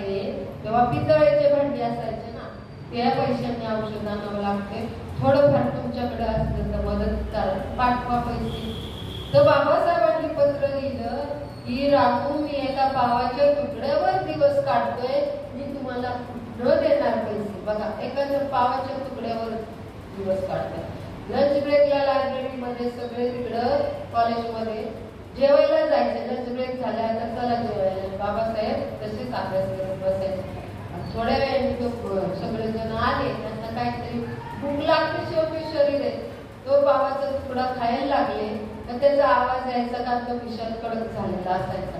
लायब्ररीने त्यांना शिक्षा केली, तुम्ही इथं काय खाताय, आवाजाचं त्यांना डिस्टर्बन्स होतोय, उद्यापासून असं करायचं नाही, तुम्हाला शिक्षा. तर बाबासाहेबांनी त्यांच्या समोर विनंती केली की मला अशी शिक्षा करू नका, की मला इथं याची बंदी करू नका. मी बाकीचं काही सांगा, मी खाणं पिणं सोडीन, हाच पाव मी रूमवर गेल्यावर रात्री खाईन, पण मला इथं येण्याची बंदी करू नका. तर हे त्यांचं विनंती ऐकून त्या लायब्ररीने काय शिक्षा करावी की उद्या लंच ब्रेकला मी टिफिन खाताना माझ्यासोबत माझा टिफिन खायचा, ही शिक्षा केली. केवढी शिक्षणासाठी तळमळ होती ना. पुस्तकं घ्यायला पैसे तर लायब्ररीत तर बसावंच लागणार, आणि नाही तर बसून दिलं तर कसं होणार बघा. आणि आपण आता आपल्याला सगळं दिलंय बाबासाहेबांनी, रमाईच्या पुण्याने सगळं मिळालंय, आणि आपण त्या अन्नाचा मास करतोय, टाकून देतो रोज. लागतो ना रोज. कोण खातं का आपल्या ताटात घेतलं सगळं ताट कोण संपवत. आपण लागेल तसं वाढून घ्यावं. आजपासून तरी करा निश्चय की आम्ही अन्न वाया घालवणार नाही. मोजकं करू किंवा 1-2 जणांचं जास्तच असतं रोजचं. कुणी मोजून मापून नाही करत. प्रत्येकाचं राहतं. तर सकाळी खाणं काही वाईट नाही. फोडणीचे पोहे करतो तसं भात होतो फोडणीचा. करू तेच आहे. बायकांच्या हातात आहे काय करायचं कसं करायचं. पण अन्नाची नासाडी करू नका. त्यानंतर 1923 मध्ये बाबासाहेब आले बॅरिस्टर म्हणून. आता सत्काराला जायचं. अख्खा समाज लोटला बंदरावर जहाजातलं येणार सत्काराला. रमाईला वाटतं मला पण जावं. साहेब आले तेवढ्या दिवसांनी सत्कार करायला. 3-3 वर्ष जायचे ना. मला जायचंय. सगळे चालले तर मला साडी कुठे नेसायला. ही जिथे घालून जाऊ का त्यांच्या समोर. एवढंच जण समुदाय त्यांच्या समोर असं काय करायचं. मग ती पेटी उघडली तो फेटा दिसला. तो 9वारी साडी म्हणून नेसला फेटा. बघा किती म्हणजे बिकट अवस्था त्याची. तो साडी म्हणून तो नेसला आणि काही 4 आण्याचा हार असेल तो घेतला आणि सत्काराला गेले. सगळ्यांच्या मागे गर्दीच्या मागे उभे राहिले एक बाजूला. शेवटी तरी बाबासाहेबांना दिसतंय माझ्या रामूनी फेटा नेसलाय. माझ्या रामूनी रडतीये. सगळं त्यांना आधीच कळायचं. काही सांगायची आवश्यकता नाही. सगळ्यांचे सत्कार झाले तरी काही रमाई पुढे गेली नाही. त्या बाबासाहेबांचे सहकार्य होतं सहस्रबुद्धे. ते म्हणजे आई साहेब तुम्ही जा ना. सगळ्यांचे झाले तुम्ही का मागे थांबलाय. आपले सरकारी झाले आले तर पहिली बॅग बघायची. म्हणजे कॅमेऱ्यासमोर यांच्या समोर चॅनलवाले आलेले असतात ते सगळे शेवटी. तर म्हणजे झालं सगळ्यांचं आता तुम्ही जा. त्यांनी पायाखाली नजर पायावर नजर गळ्यात हार घातला. पायावर पायाला हात लावला आणि मागे सरकले. वर बघितलं नाही. तर सहस्रबुद्धींनी ते बघितलं त्यांची ऍक्शन काय काय झाली. मग लगेच सभा लागली. साहेब आले आता सत्कार करायचा म्हणून सगळे स्टेजवर बसले. सहस्रबुद्धींनी सांगितलं आई साहेबांना स्टेजवर बोलवा. तो म्हणे कशाला. तो म्हणे ते 2 शब्द बोलतील. तो म्हणे मी कधीच एवढ्या गर्दीत बोलले नाही. मला काय बोलता येत नाही. मी काय बोलणार नाही. नाही म्हणे मी बोलतो तुम्ही फक्त त्या प्रश्नाची उत्तरं द्या. तो म्हणे ठीक आहे. गेल्यावर स्टेजवर माईक समोर उभे राहिले. भीती वाटायला लागली. साहेबांसमोर बॅरिस्टर साहेब वाटतात त्यांच्या समोर मी एवढं बोलणार कशी. तोंडातला शब्द नाही बोलणार. सहस्रबुद्धींनी एक प्रश्न विचारला. तुम्ही सगळ्यात मागं का उभ्या राहिल्या. तुम्ही साहेबांच्या पत्नी सगळ्यांच्या आई साहेब आणि तुम्ही सगळ्यात मागं का उभ्या राहिल्या. तर रमाईंनी सांगितलं की मी रोज त्यांना बघणार आहे. माझं आयुष्य त्यांच्या बरोबर आहे. माझे आम्ही पती पत्नी आहे. पण समाजाला सर्वात आधी बाबासाहेबांचं दर्शन झालं पाहिजे म्हणून मी सगळ्यात मागे. मग तुम्ही खाली का बघत होता. तर म्हणे माझ्या साहेबांनी समाजसेवेचं जे कंकण बांधलंय त्याच्यामध्ये व्यत्यय येऊ नये. माझी त्यांना दृष्ट लागू नये नाही तर माझी अवस्था बघून त्यांना वाटेल हे सगळं सोडावं यावं घरी असं बघा. होती का नाही सगळ्यात मोठी समाजसेविका. का फक्त बाबासाहेब समाजसेवक होते. नाही. सगळ्यात मोठी समाजसेवक बाबा रमाई. जेव्हा बॅरिस्टर होऊन आले खूप छान चाललं त्यांचं. वकिली करायला लागली. व्यवस्थित झालं. 1924 बाबासाहेबांचं कार्य गतिमान झालं. बहिष्कृत भारत काढलं. तेव्हापासून जास्त मुकनाईक 1920 पासून सुरुवात झालीच होती. आता आल्यानंतर मुक्तपणे कार्य सुरू झालं. 24ला राजरत्नाचा जन्म झाला. बाबासाहेबांचा खूप आनंद झाला. माझ्या समोर जन्म झाला. गंगाधरचा पण झाला होता. पण तरी त्यांना आनंद झाला. त्यांच्यासारखा खबरदार मुलगा गोरा गोरा पाणी वगैरे खूप छान मुलाचा जन्म झाला. पण त्यावेळेस थोडं थोडं रमाई पण आजारी पडू लागली आणि राजरत्न पण आजारी. कशामुळे. लहान वयातली लग्न कुपोषित सगळी बाळं जन्मायची का त्यांनाच खायला काय नाही नीट. कष्टाची कामं केली त्यामुळे त्यांची काही व्यवस्थित वाढ नसेल झाली. असं त्यांची अवस्था होती. तब्येत त्यांची खराब होती. राजरत्न खूप आजारी पडला. सगळं डॉक्टर सगळं केलं औषध पाणी काही पुढे येत नाही. डोक्यात ताप गेला. न्यूमोनिया झाला. घाईघाईने साहेबांना बोलवून पाठवलं. साहेबांना राजरत्न झोपलेला मांडीवर उचलून घेतलं. 1926ची घटना. तेव्हा त्याला थोपटून राजरत्न उठ उठ म्हणून थोपटायला लागले. राजरत्न काय उठेना. मी त्यामुळे साहेबांकडे बघितलं आणि त्यांनी मान टाकलं. राजरत्न गेला अवघा 2 वर्षात. बाकीचे आधीच गेले होते 6 महिन्यात 2 महिन्यात मुलं त्यांची, पण हा 2 वर्ष होता. साहेब जोरात जोरात रडायला लागले, छातीशी कवटाळलं राजरत्नाला की राजरत्नाला सोडणार नाही, काही नाही झालं, तो झोपणार आहे, दवाखान्यात येईल आणि त्याला बरं करेल. म्हणजे एवढं अतोनात दुःख केलं. एवढा मोठा आवाळासारखा माणूस दुःखपाट, पण एवढा मनाने खाडा. इतकं जोरात रडायला लागले. इकडं रमायची अवस्था काही कमी नव्हती. ती जमिनीवर गडाबडा लोळत होती. काय माझं एकही लेकरू जगत नाही. तिला केवढं दुःख झालं. साहेब काय सोडना, कार्यकर्ते जमले, आता गेलं पाहिजे ना बाळाला. हे काय सोडायला तयार नाही. रमाईने तिचं दुःख बाजूला सांगू, साहेब तुम्ही नसताना आपली 3 लेकरं मी मारली घातली आणि तुम्ही आता आहे तर असं करू नका. आपलं 2-4 लेकरं गेली जाऊ द्या, पण आपला समाज आपल्याला आहे का म्हणून बघतोय, त्यांना बघायचं काय, आपल्या पोरांकडे 4 पोरांकडे बघायचं. सोडा ते आधी त्यांनी दिलं, तेव्हा त्यांचे विधी झाले. नंतर परत साहेब होते, मी काय करणार, परत त्यांच्या मागे लागल्या. असं करून चालेल का? 9 कोटी समाज आपल्याला आई बाबा म्हणतो, त्यांच्यासाठी आपण केलंच पाहिजे. म्हणजे किती प्रेरणा देत होते, सारखी स्फूर्ती द्यायची, तुम्हाला केलंच पाहिजे, मागं नाही राहायचं, करायचंच काम. परत त्यांना उत्साह दिला. मग 1927 सालचं कार्य उजाडलं. महाड चौदार करायचा सत्याग्रह 20 मार्च ते करायचं म्हणून त्यांना रक्ताने लिहिलेली धमकीची पत्र यायची बाबासाहेब की आम्ही तुमचा खूप करतो, सनातनींच्या विरुद्ध चाललंय ना सगळं. त्याच्यामुळे त्यांना पत्र. इतकी घाबरली रमाई, इतकी घाबरली. आता काय होतं काय नाही, काय करतात माझ्या पतीला, इतकी भीती वाटली. सगळ्या देवांना नमस्कार, ह्याला कर, ह्याच्या उपास कर, ह्याचे तपास कर. बाबासाहेबांना आवडत नव्हतं हे केलेलं, पण त्यांची आपली गोळी श्रद्धा अंधश्रद्धा जे काय त्यावेळेस चालत होतं. बाबासाहेबांचा नकार होता तरी ते करत होते. एवढा त्रास असून, तब्येत ठीक नसताना सुद्धा. पण बाबासाहेबांना त्यावेळेस काय झालं का? काही झालं नाही. बाबासाहेब सुखरूप राहिले.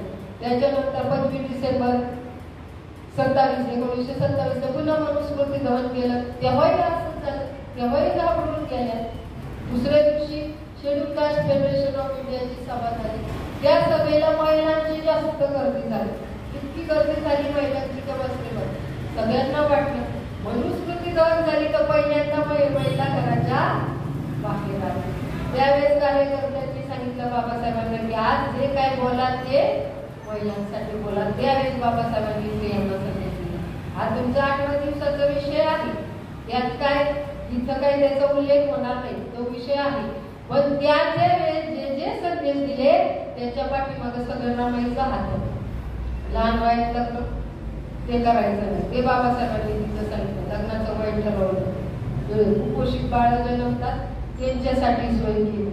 ती बाळपणाची सुट्टी पाहिजे महिलांना. ती जे जे रमाई त्रास भोगला किंवा दुसऱ्यांचं काय रमाई सांगत होती की दारू पिऊन नवरे येतात, बायकांना मारहाण करतात, सकाळी त्या नळावर पाणी भरायला आले का त्यांचे हातपाय सुजलेले, तोंड सुजलेली, रक्त येते, अशी त्यांची अवस्था असते. त्यांच्यासाठी काहीतरी करा. त्यांच्यासाठी बाबासाहेबांनी सांगितलं त्या दिवशी दारू पिऊन येते त्यांना जेवायला देऊ नका, घराच्या बाहेर ठेवा. दुसऱ्या दिवशी उपास घडला तर ते व्यवस्थित घरी. साध्या सोप्या गोष्टी, जेवढ्या जेवढ्या गोष्टी सांगितल्या रमाईने तेवढे ते स्त्रियांच्या संदेशमध्ये आलेले आहेत. मग खरं बाबासाहेबांच्या पाठीमागं कोण? बाबासाहेबांनी मनाने सांगितले का? सगळ्याच्या मागे रमाईचा हात आहे. सगळ्यात मोठी आद्य समाजसेविका, सगळ्यात मोठी त्यागी स्त्री. मला हे मिळालं नाही मग दुसऱ्याला मिळू नये ही भावना होती का? नाही. मला नाही मिळालं चालेल, पण बाकी माझ्या सगळ्या समाजाला सगळ्या सुखसुविधा मिळाल्या पाहिजे ही भावना तिच्या मागे होती. त्याच्यानंतर बाबासाहेब 30-31-32 गोलमेज परिषदेला जायला निघाले. तेव्हा 30ला पहिला 2 मार्चला पहिला काळा राम मंदिर सत्याग्रह 5 वर्ष चालतो. यशस्वी नाही झाला, पण तो सत्याग्रह बाबासाहेबांनी केला. जेव्हा बाबासाहेब गोलमेज परिषदेला जायला निघाले, रमाई खूप आजारी होती. डॉक्टरांनी सल्ला दिला की हवा पाणी बदलण्यासाठी तुम्ही त्यांना बाहेर पाठवा. संपत आले आपलं, कंटाळले नाही ना, ते यांना बाहेर पाठवा. त्यावेळेस वैराळे मामा आले होते. वैराळे मामा धारवाडचे कार्यकर्ते ते आले होते. त्यांना सांगितलं साहेबांना, आई साहेबांना मुलांना घेऊन जा, त्यांच्या हवा पाणी बदलून तब्येतीत सुधारणा. त्यांच्या वडिलांना जो टीबीचा आजार झाला होता तो रमाईला झाला होता, पण उपचार करून काहीच उपयोग नाही, तो उरलेलं होतं ते, त्यांना उपचार काहीच झाले नाही त्यावेळेस. तर तिकडे गेल्यानंतर त्यांचं हवा पाणी बदललं, त्या आश्रमशाळा वसतिगृहातल्या मुलांमध्ये रमल्या, त्या थोडी तब्येतीत सुधारणा झाली. यशवंतराव, सुंदराव, लक्ष्मीबाई चौघजण तिथं होते. 2-3 दिवस झाले, व्यवस्थित गेले. नंतर 2 दिवस मुलांचा आवाजच आला नाही, ते त्यांच्या रूम मध्येच राहिले, बाहेर आले नाही. तर वेराळे मामांना विचारलं, मामा आज मुलं का नाही दिसत, 2 दिवस झाले त्यांचा आवाज नाही. तर म्हणजे त्यांना ग्रँट मिळाली नाही गव्हर्नमेंटची, दुकानवाला उधार सामान देत नाही, त्यांना जेवायला नाही, ती कशी बाहेर येते. तर म्हणजे तुम्ही मला आधी का नाही सांगितलं, आम्हाला जेवायला होतं, आम्हाला वाटलं त्यांचं पण असं वाटतं ना माणसाला, आम्हाला तुम्ही सांगितलं ना, तर काय करायचं आता. तो म्हणे माझ्या हातातल्या 4 बाटल्या घ्या आणि त्या विका, त्याचे जेवढे येतील तेवढं सामान आणा. बाबासाहेब बॅरिस्टर झाल्यानंतर रमाईला काय साड्या आणा, दागिने काहीच नव्हते, आवड पण नव्हती, पण ते 1-2 गोष्टी घेतलेल्या होत्या, त्या पण देऊन टाकल्या. आपल्यासाठी म्हटलं मलाच नाही काय दागिने, मी कशात देऊ लोकांना, अशी म्हटली असते ना, सासूबाई असते आपल्यासाठी. तर त्यांनी तो पण त्याग केला आणि ते सामान आणल्यानंतर आजारी असून सुद्धा स्वतःच्या हाताने स्वयंपाक करून त्यांना जेवायला, स्वतःच्या हाताने स्वयंपाक केला. मुलांनी विचारलं, मामा आजच्या दालतात ते कोण, त्यांच्याकडे बोट दाखवलं, रमाई तुकडा आजच्या दालतात त्या आहेत म्हणून. तेव्हापासून रमाईचं नाव झालं माता रमाई, है ना.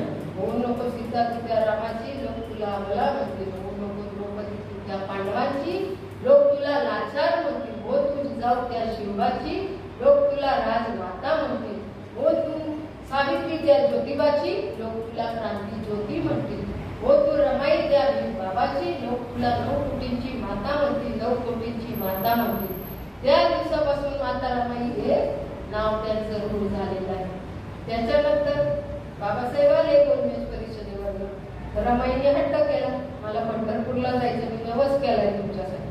घाबरत एक तर बाबासाहेब देव मानत नाही किंवा देवाचं काय मला करू देत नाही, भीत प्रश्न केला. तर म्हणजे कशाला, तिथं कोण येतं, म्हणजे तिथं पांडुरंग विठ्ठल मला दर्शन द्यायचं.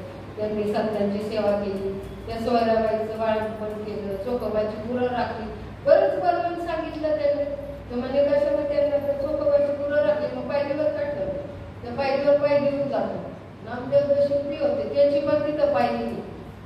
त्यांनी त्यांच्या संतांना जेवढे भक्त होते त्यांना जवळ नाही घेतलं, तुला मंदिरात कसे घेतले. आपल्याला तिकडं जायचं नाही, ते पंढरपूर आपलं नाही. आज त्या पंढरपुरात फक्त टाळकरी माळकरी वारकरीच येतात बाहेर. आपण आपलं असं पंढरपूर तयार करू, जिथलं इंजिनियर, डॉक्टर, प्रोफेसर असे बाहेर येतील, तिथनं ज्ञानाची सरिता वाही, अशा पंढरपुरात मी तुला घेऊन जाईल. जेव्हा बाबासाहेबांनी 1946ला सिद्धार्थ कॉलेज, 51ला मिलिंद कॉलेज औरंगाबादची स्थापना केली, तेव्हा पहिल्यांदा समोर रमाई निघाली की माझ्या रामूला हे पंढरपूर दाखवायचं राहिलं. तेव्हा ती नव्हती अशी ती, तेव्हा 1931ची ही घटना होती. किती वर्ष जगली त्यानंतर, फक्त 4 वर्ष. आपल्याला 1956ला जन्म दिलाय, आता आपल्याला या गोष्टीला 68 वर्ष झाली. तेव्हा तिने देव धर्म सोडला, शेवटची 4 वर्ष का होईना, आपण 68 वर्ष झाली, आपण मागेच यायचो. इतपर माझा नवा जन्म होत आहे, आपला काय झाला नाही अजून, हे लक्षात घ्यावं प्रत्येकाने. आणि आता तरी आपण याच्याप्रमाणे वागण्याचा प्रयत्न करावा. त्यानंतर बाबासाहेबांनी गृहप्रवेश केला, राजगृह. लोक माणसांसाठी घर बांधतात, त्यांनी पुस्तकासाठी घर बांधलं. दोघांनी पांढरे कपडे घातले, रामजी बाबांच्या फोटोला हार घातला, दोघांनी घरात प्रवेश केला, झाला गृहप्रवेश. आपण आता काय करतो, 11ला बघण्याच्या सकाळी 6ला असा आपली गृहप्रवेशचा कार्यक्रम असतो. असं करता कामा नाही. म्हणजे ज्यांनी आपल्याला नाकारलं त्याच कॉलनीमध्ये घर बांधले बाबासाहेबांनी. बघितले राजगृह आपण सगळ्यांनी बघितले, 8 ते 8 म्युझियम येतील, नसेल बघितलं तर जाऊन या. आपल्या वास्तू सगळे, आता आपला पुढचा विषय येईल त्याच्यामध्ये येईल सगळ्या आपल्या पवित्र स्थळांची माहिती. त्याच्यानंतर जेव्हा जास्त प्रमाणात राजगृहामध्ये राहिलं गेलं, सुख आलेल्या माणसाला टोचतं, सुख भोगू नाही दिलं, चांगले दिवस आले तर आजारपण वाढलं. तेव्हा राजगृहामध्ये राहायला गेले, एवढ्या बंगल्यात राहायला मिळालं, तेव्हा त्यांचं खरं ते नाव पहिलं भागीरथी हे नाव त्यावेळेस सार्थक झालं, भाग्याची भागीरथी. पण ते भाग्य पण दिलं नाही. आता आपण भाग्य मानत नाही, पण त्यावेळेस त्यांना जास्त त्या आजारी पडल्या आणि 26 मे 1935 चा दिवस होता. अतिशय अंतरुणावर थांबलेल्या अवस्थेत पडल्या.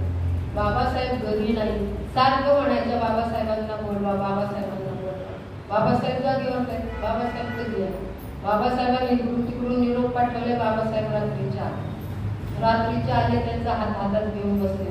दूध पाजू का, औषध पाजू का, डॉक्टर बोलवू का? रमाई म्हणजे मला काही नको, काहीच अपेक्षा नाही. एवढी वर्ष आपण नव्हतो सोबत, आता शेवटच्या क्षणी आपण सोबत आहे, मांडीवर डोकं घेतलं, एवढं हेच मला बास आहे. आता मला आयुष्यात कुठलंच सुख नको, हे माझं सगळ्यात मोठं सुख आहे, असं रमाईने सांगितलं. खूप बोलायला लागले, यशवंतरावांची काळजी घ्या, मुकुंदरावांची काळजी घ्या, सगळ्यांना सांभाळा, सगळ्यांची शिक्षण करा, एवढ्या सगळ्या सूचना त्यांना देत होत्या. पण तेवढ्यात त्यांची वाट झाली. बघा, शेवटच्या क्षणी संधी मिळाली दोघांना एकत्र थांबण्याची, पण त्यांची वाचा गेली. पण ते दोन्ही जीव एवढे एकरूप झाले होते की एकमेकांच्या नजरेने, एकमेकांच्या डोळ्यांनी बोलत होते. जे काय पुढे करायचे ते रमाई त्यांना सांगत होती. आपल्या एकत्र वंशाचा दिवा आहे, त्याला जपा, जीव लावा, त्याला त्याची काळजी घ्या, हे सांगणं. अशा तुझ्यातली रात्र दोघही जोरात जे रडत होते, दोघांच्या डोळ्यात अश्रू वाहत होते. सकाळचे 9 वाजले. 27 मे 1935 सकाळचे 9 वाजले. रमाई बाबासाहेबांना नजरेने सांगते, काय माझ्यासाठी रडू नका, आपली 4 लेकरं गेली, सगळे गेले, तुम्ही जर माझ्यासाठी रडत बसलात तर आपला 9 कोटी समाज कोणाकडे बघेल? माझ्यासाठी अजिबात रडू नका. आणि वर हात केला बाबासाहेबांचे डोळे पुसण्यासाठी. बाबासाहेबांचे डोळे पुसायला हात वरती डोळ्यापर्यंत गेला नाही, तो खाली पडला आणि त्यांचा प्राणज्योत मारला. बाबासाहेबांनी जोरात थांबरडा पडला, माझी राहू गेली, माझी राहू गेली, मला सोडून गेली. माझ्या संसारासाठी 2 चाकं असतात, पण माझा संसाराचा रथ एका चाकाने चालला. आता माझा सगळा संसार मोडून पडला. माझा यशवंत पोरका झाला, मी स्वतः पोरका झालो. म्हणजे रमाई फक्त पत्नी नव्हती, आई म्हणून काळजी घेतली बाबासाहेबांची. एवढी रमाई इतकी आतोनात बाबासाहेबांची काळजी घेतली ना की माणूस स्वतःच्या जीवाला जपत नाही, एवढं बाबासाहेबांना जपलंय तिने. धन्य ती रमा जन्मली बाबासाहेबांसाठी. इतकं म्हणजे पराकोटीचं त्यांनी बाबासाहेबांना जीव लावलेला आहे. इतकं हे झालं, बाबासाहेब मोठ्या मोठ्याने सगळ्या गोष्टी आठवून रडतात. सगळीकडचे कार्यकर्ते जमा झाले. आता सवाष्ण गेली त्यावेळेची पद्धती की साडी चोळी आणा, सगळं आणा. तर बाबासाहेब म्हटले, हिरवी साडी चोळी आणली, माझ्या राहुलला पांढरी साडी आवडली, पांढरी साडी आणा. रमाईच्या अंगावर 2ही साड्या घातल्या. बघा, ज्या व्यक्तीला पहिल्यापासून चिंध्या नेसून जोडून तोडून साड्या कशा तरी फाटक्या तुटक्या घातल्या, ती व्यक्ती गेल्यानंतर तिला 2 साड्या मिळाल्या. तिच्या अंगावर 2 साड्या घातल्या, म्हणजे ती नंतर जाणार आहेत त्या साड्या, पण तिला त्या वेळेत 2 साड्या मिळाल्या. अशा ह्याच्यात ती अंतरयात्रा वरळीच्या दिशेने निघाली. वरळीला गेल्यानंतर चित्तरंजी चितेवर ठेवणार. तर बाबासाहेब म्हणतात, माझ्या रामूला जाळू नका, माझी रामू आयुष्यभर विरहाच्या दुःखाच्या आगीत जळत होती. जळणाऱ्या माणसाला काय जाळतात होती? तिने आयुष्यभर दुःख भोगले, कष्ट भोगले, तिला जाळू नका. पण ते करायला लागतात विधी, त्यामुळे लोकांनी विधी केला. बाबासाहेब घरी आले, एका रूम मध्ये स्वतःला बंद करून घेतलं की मी आता बाहेर येणार नाही, मला समाजकार्य नको, मुलं नको, काहीच नको मला. 7-8 दिवस त्यांनी दारात नाही बोललं. कार्यकर्ते परेशान झाले, दारावर धडका घेत होते. बाबासाहेबांनी काय केलं का काय आतमध्ये, एवढे सगळे घाबरले. 7व्या-8व्या दिवशी बाबासाहेबांना दुपारी डोळा लागला, समोर रमाई उभी दिसली. माझी रामू आली, माझी रामू आली. आनंद झाला. त्या रमाईने काय सांगावं की मी गेले म्हणून माझ्या मागे दुःख करत बसणार का? आपला समाज तुमची बाहेर वाट बघतोय. तुम्ही एवढं शिकून आला, कुणासाठी आला? समाजासाठी आला. मी माझी 4 लेकरं मातीत घातली, तुम्हाला अडवलं नाही तुमच्या कार्यातून. आता मी गेले म्हणून तुम्ही कार्य थांबवणार का? त्यांनी धाडकन दरवाजा उघडला, बाहेर आले, सगळ्यांना सांगितलं, बघा माझी रामू आली आणि मला गेल्यानंतर सुद्धा प्रेरणा देऊन गेली, स्फूर्ती देऊन गेली. एवढा तिने आतोनात त्याग केला, आतोनात दुःख सोसले, काबाड कष्ट केले, सगळ्या दुःखाच्या परिसीमा गाठल्या. एवढी त्यागाची परिसीमा गाठणारी अशी आपली माता रमाई, त्यागाची मूर्ती जेवढी मला समजली जेवढी भावली ती माझ्या शब्दात मी मांडण्याचा प्रयत्न केलाय. जय भीम.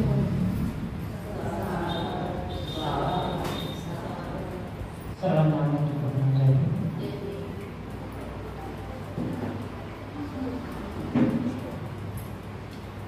रमाईचं जीवन कसं त्यागमय होतं.